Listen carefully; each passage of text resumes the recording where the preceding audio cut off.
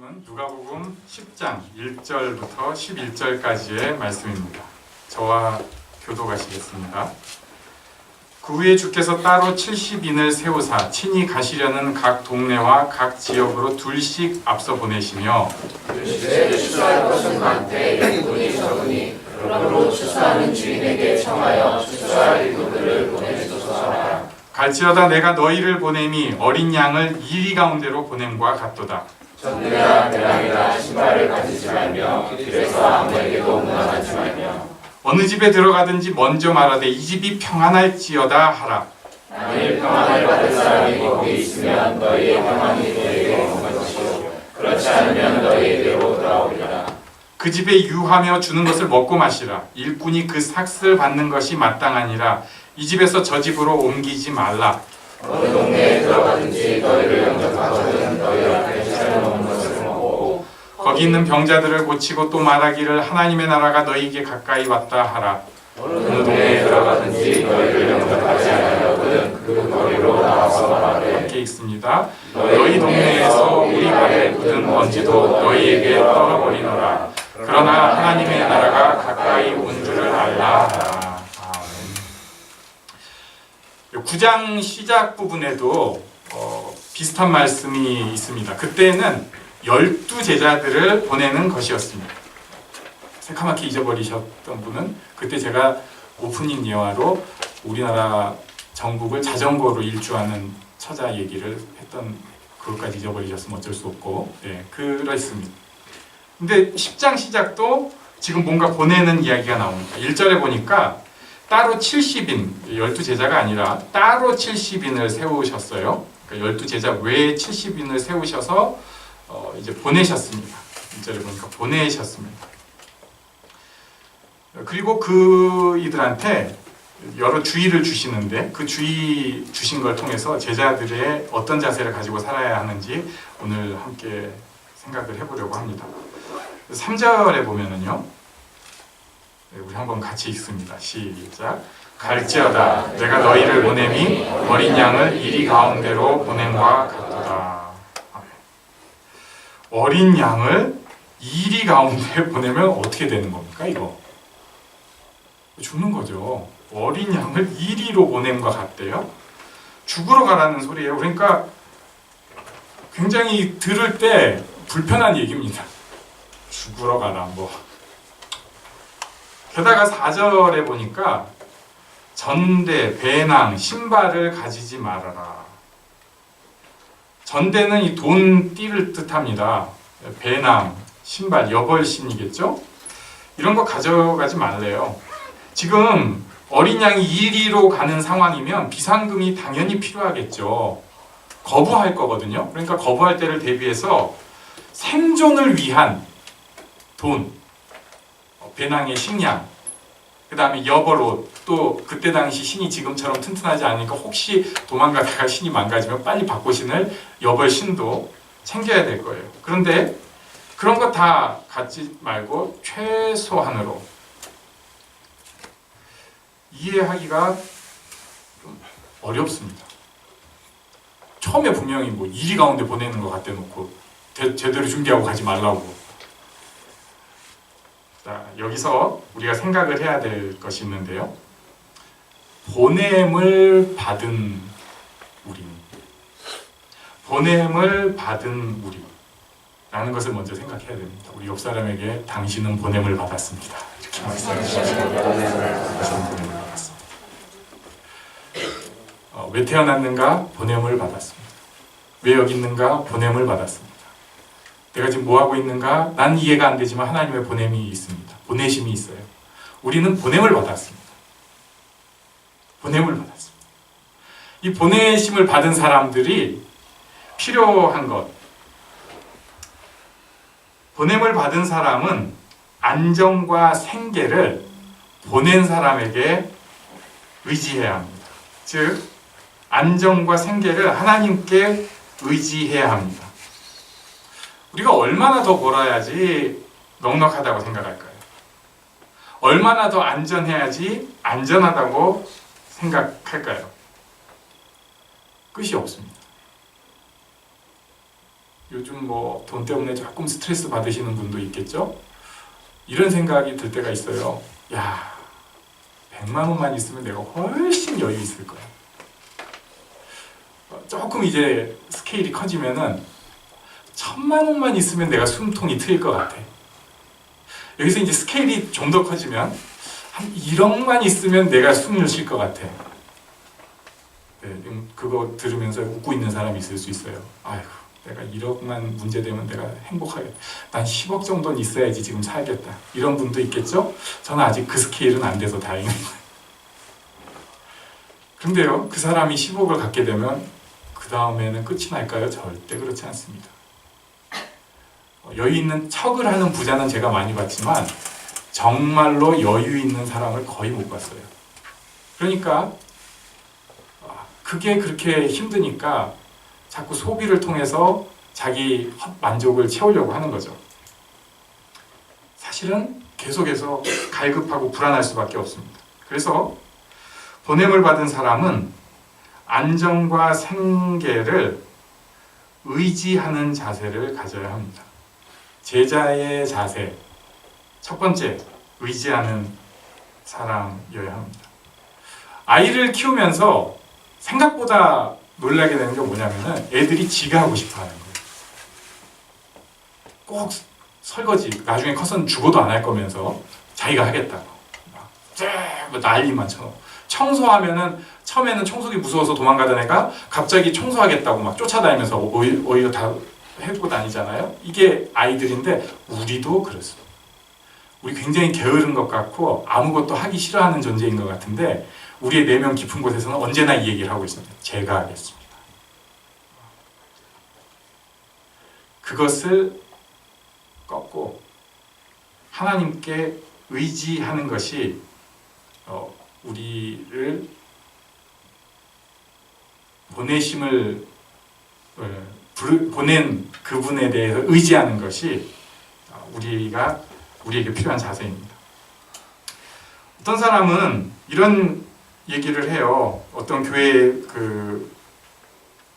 뭐라고 하죠? 주간지라고 하는 제목이 행복의료의 초대 뭐 이런 게 있었어요. 그리고 이제 그걸 좀 더 노골적으로 이렇게 얘기하는 사람이 있어요. 성공의료의 초대? 교회에서. 그러나 정확하게는 의지로의 초대가 맞습니다. 그것을 그리고 조금 더 세련된 언어로 바꾸면 신실한 교제로의 초대가 맞습니다. 제자의 첫 번째 필요한 덕목은 능력, 행복, 성공보다는 의지하는 것. 좀 세련되게 말하면 신실한 교제로 나아가는 것이 제자의 첫 번째 자세입니다. 꼭 기억하십시오. 제자가 뭐 달리 다른 거 필요한 거 아닙니다. 뭐 많은 거 필요한 게 아니라 그냥 쉬운 말로 의지하는 것. 신실한 교제가 제자에게는 가장 필요한 첫 번째 덕목입니다. 포기하지 말아라, 지치지 말아라, 힘내라. 그래서 뭐 하는가? 신실한 교제로 가야 돼요. 오늘은 우리 아기들을 위해서 좀 나름 봐주고 있어요. 물론 잘 안 되지만 그런데 저도 신앙생활이 제일 좀 뻑뻑했던 때가 꼬맹이들 키울 때였던 것 같습니다. 왜냐하면은 일단 제 절대 시간이 너무 치매를 당했어요. 너무 뭐 아기 돌보는 거는 낮 밤이 없잖아요. 그리고 이게 정해서 4시부터 6시까지는 내가 돌봐줄게. 물론 이렇게 이제 누구랑 짤 수는 있지만 얘랑 같이 있으면서는 그게 안 되잖아요. 부르면 쫓아가고 그리고 또 좀 짬이 나요. 그러니까 굉장히 어려운 게 묵상의 시간을 갖기가 굉장히 어려운 거예요. 저는 원래는 이제 저녁 먹고 혼자서 이렇게 아무도 방해 안 받고 딱 책상에 앉아가지고 그 방해받지 않는 너무 좋지 않아요? 그럼 그때 이제 뭐 좀 보고 은혜도 받고 그 다음에 이제 좀 그 타락의 세월로 뭐 영화를 본다든지 드라마를 본다 뭐 이렇게 갔는데 전혀 그럴 틈이 없는 거예요. 그냥 정신이 하나도 없고 그렇게 한 1, 2년을 살고 나니까 문제는 이제 틈이 났는데 뭐 은혜의 자리, 묵상의 자리 아까 우리 은호 형제가 아주 잘 얘기를 해줬는데 기도 절대 잘 안 돼요. 네. 교회에서 목사니까 새벽기도 인도도 하고 그러는데 그때는 가서 기도하는데 그렇지 않으면 평상시에는 기도할 수가 없어요. 이게 뭔가 놓쳐버린 거예요. 그럴 때 스스로 해야 될 얘기가 있습니다. 포기하지 말아라. 지치지 말아라. 라는 교제의 자리로 불림을 받았다. 우리 옆 사람에게 말씀해 주십시오. 포기하지 마십시오. 지치지 마십시오. 다른 게 아니라 신실한 교제로 가야 합니다. 이것이 제자의 자세입니다. 그런데 좀 이상한 말씀이 있었어요. 여기 4절 뒤에 보면은 왜 문안을 못하게 했을까? 예수 믿는 사람들은 원래 인사성이 없고 좀 재수가 없는 것들인가? 그렇지 않고요. 당시 유대 관습에서 문안 인사가 아주 요란했습니다. 한 번 만나면 뭔가를 해야 돼요. 그래가지고 그냥 뭐 몇 마디 안녕하세요, 잘 지내셨어요? 우리나라도 옛날에 꼭 만나면은 식사하셨냐고 이런 거 물어봤잖아요. 요새는 안 그러는 것 같아요. 옛날에는 그게 의례적으로 하는 것이고, 그리고 그 다음에 물어보는 게 부모님 어떠시냐고. 이것까지는 해야지 좀 가까운 사이라는 뜻이에요. 예. 요새는 안 그런데. 그런데 그때 유대에는 어떤 식이었냐면은 만나면은 이 세리머니를 거의 하는 거예요. 뭐 우리식으로 하면 뭐 허깅 한번 하고 뭐 코 한번 대고 뭐 발 맞추고 한번 댄스하고 이 느낌으로 반나절을 거기 서가지고 얘기를 해요. 그리고 심지어 이제 올해 마을과 마을 사이에서 친척을 만나잖아요. 그럼 이것은 경사기 때문에 잔치를 베풀어야 돼요. 그러니까 제가 이제 전도하러 여기서 방배동을 가요. 그럼 방배동 한번 가면 갈 때마다 사람 한번 만나면 막 짧게, 오늘 아주 짧게 30분 인사하고, 그 다음 또 사람 만나면 30분 인사하고, 그 다음에 만나는데 이 사람은 그냥 갈 수가 없어요. 그럼 그 집에서 자면서 잔치 베풀고 가야 됩니다. 그러니까 전도 여행 이런 거가 안 돼요. 그래가지고 예수님께서 문안하지 말라고 하신 것입니다. 네. 참 인사는 잘해야 된다. 아무튼 이렇게 하고 이제 갔어요. 사명을 가지고 가서 첫 번째 하는 것이 5절입니다. 우리 5절을 같이 읽겠습니다. 5절 시작. 어느 집에 들어가든지 먼저 말하되 이 집이 평안할지어다 하라. 아멘. 이 집이 평안할지어다. 이것을 짧은 두 어절로 뭐라고 하냐면 샬롬입니다. 샬롬. 네, 샬롬. 샬롬은 선포와 축복을 동시에 하는 것입니다.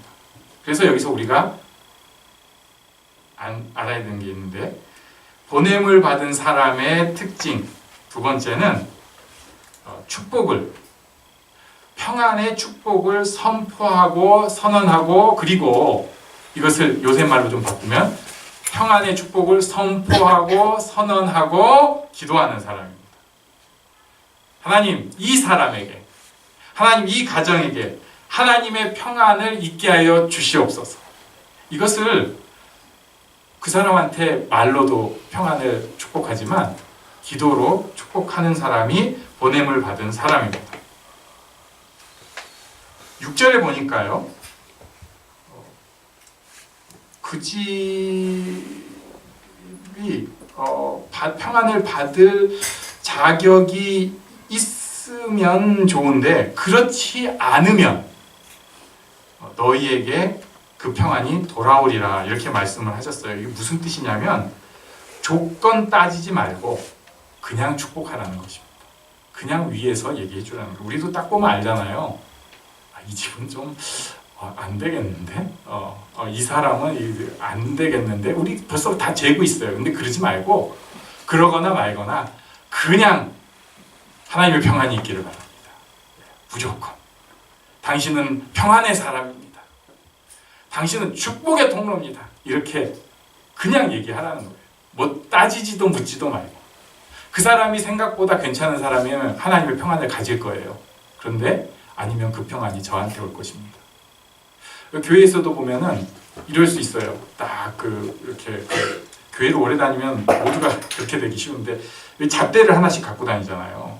이렇게 보고 저 사람은 평안은 못 받겠는데 저 사람은 회개가 필요한 사람이고 내 기도가 필요한 사람이지 내가 무슨 저런 사람한테 평안이 있겠어, 뭐 이런 이상한 생각이 들 수가 있는데 그런 생각 다 집어치워 버리시고 보는 사람한테는 무조건 평안을 빌어야 됩니다. 당신에게 평안이 있습니다. 당신은 평안의 통로입니다.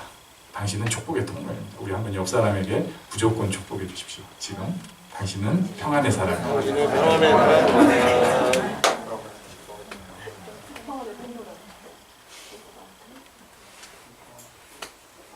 사실 어떨 때 보면은요, 우리 교회에서는 제가 그런 적은 없어요. 그런데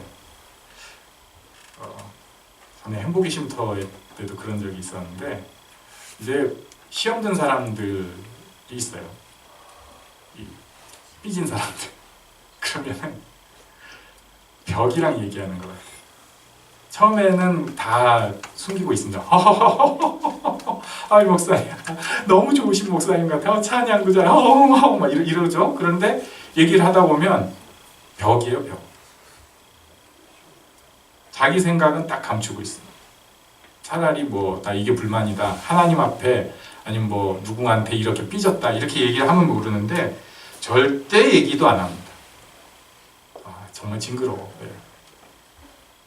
그러면은 이런 생각이 들거든요. 아유, 나중에 기회 될 때. 근데요, 제가 이 말씀을 붙잡고 그냥 무조건 얘기를 하는 걸로 바꿨습니다. 평안을 빕니다. 어쨌든 당신은 축복의 사람입니다. 난 이해 못하지만 하나님께서 당신을 부르셨습니다. 이렇게 선포하고 축복하는 것이 필요합니다. 그래서 건진 사람이 꽤 있습니다. 제 생각하고는 다르더라고요. 우리도 이렇게 축복하는 사람, 평안을 비는 사람이 꼭 되시기 바랍니다. 그리고 말로만 그 자리에서 평안을 빌어주는 것이 아니라 꼭 집에 와서 묵상의 시간 때 그 사람을 위해서 그렇게 기도해 줄 수 있는 우리 모두가 되기를 바랍니다. 조금 더 보면은요, 7절에 보면 옮겨 다니지 말라고 돼 있어요. 왜냐하면 이것은 아까 무난하지 말라랑도 연결이 되는데 지금 시간이 그렇게 무한정이 있는 게 아닙니다. 제한되어 있습니다. 그러므로 어디 묵고 어디서 더 잘 지내고 이런 것보다는 복음 전파하는 것이 훨씬 전하기 때문에 그렇습니다. 또 이 집에 있다 저 집에 갔다 하면은 사람들 간에 갈등이 있을 수 있고 사소한 것이 복음 전파를 가로막는 일이 생길 수 있으니까 그것을 못하게 하라는 거예요. 그렇다면 세 번째 보냄을 받은 사람의 자세는 무엇인가? 청중은 누구든 고를 수 없다는 것입니다. 내가 처해진 그곳, 바로 지금 옆에 있는 사람이 내 좀 어려운 말, 사역 대상입니다.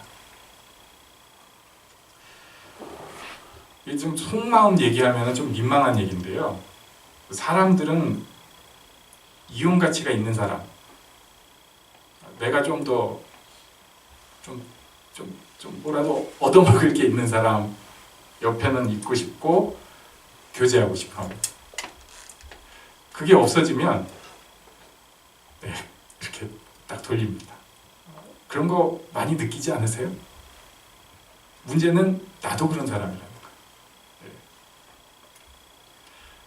거예요. 제가 이제 이렇게 굉장히 행색이 번지르하게 목사님들 모임에 참석하면 처음에는 저 사람이 뭔가 뭐 있어 보이나 봐요. 그런데 얘기를 하다 보면 조그만 교회 목사구나 이러고 나면 그 다음부터는 이제 별로 얘기들을 안 해요. 전 그런 걸 좋아하니까 상관이 없는데 어느 날 그 생각이 들더라고요. 이게 어떤 목사님들 같으면 진짜 섭섭하겠다. 마음에 상처가 되겠다. 나는 일해주니까 되게 고맙지만 난 왜 이러지? 내가 이상한 사람인가? 뭐 별 생각도 하는데 아무튼 이용 가치가 있을 때 그럴 때는 머무르고 교제하고 싶습니다. 그게 무리예요 또. 그래서 어떤 사람이랑은 진짜 편하게 얘기를 술술해요. 이제 교회가 이제 조금씩 성장하면서 이런 얘기들이 나오기 시작합니다. 교회 기존에 있던 사람들끼리만 친하다.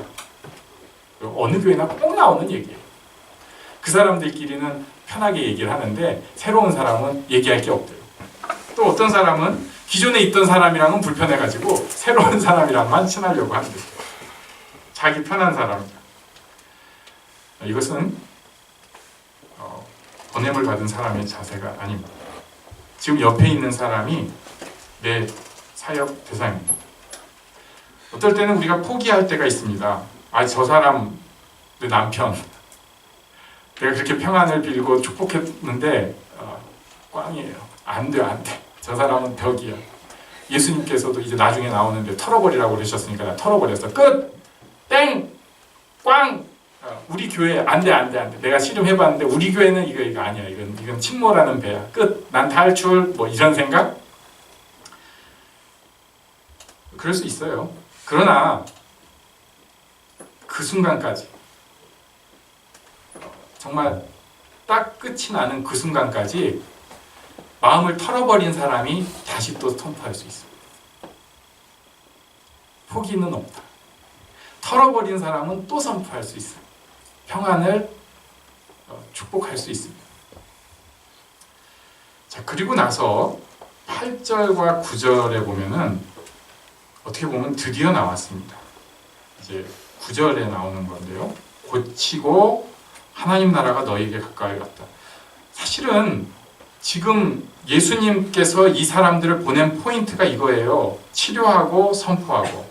이게 포인트인데 예수님 주의사항은 1절부터 11절까지 중에 10개가 주의사항이고 9절 한 절, 포인트가 한 절만 나옵니다.